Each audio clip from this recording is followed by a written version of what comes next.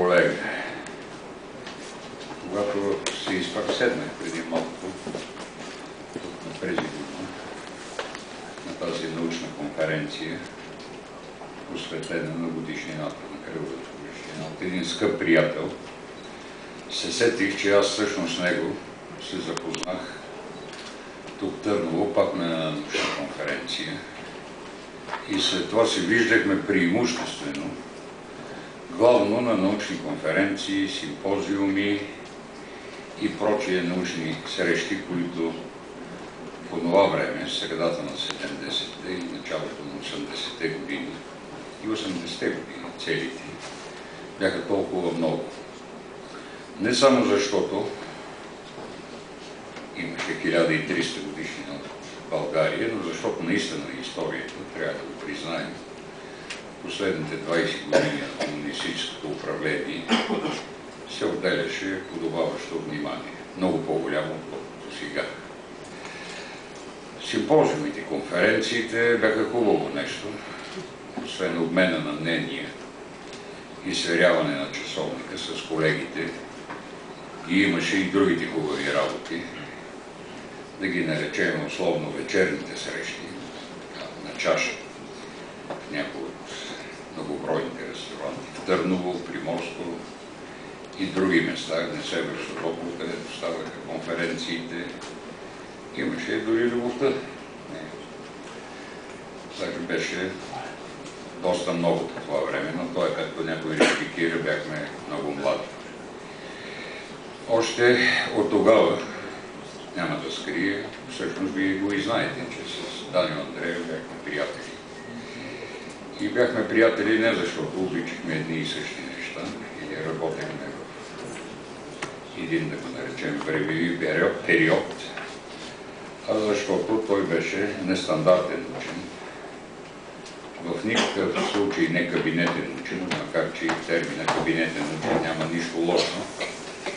Стига човек да не преписва със свои думи, казаното от другите преди него, а ги подлага на сериозен критичен анализ, текстовете, въз основа на които представите за историята изглеждат сигурни и непоплатими. Данио Андреев обичаше да разбива утвърдени представи, изглеждащи като аксиоми в науката.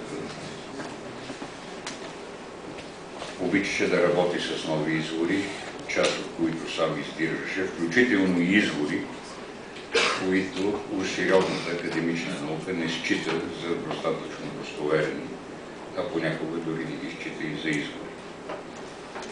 Но Данио Андреев работеше, а живота и допълнителните изследвания вече и на други учени доказваха, поне в 90 на 100 от случаите, че той е бил прав, когато предлагаше въз основа на сериозен анализ, разбира се, на изводите, нови или коригирани представи за нашето минало.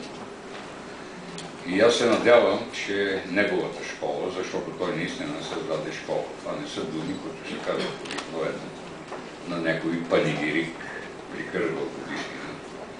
Мисля, че всеки от нас, тук независимо от къде е, знае много добре, че Йордан Андреев създаде школа, която има своите достойни представители тук в Великотърновския университет, но и по цялата страна.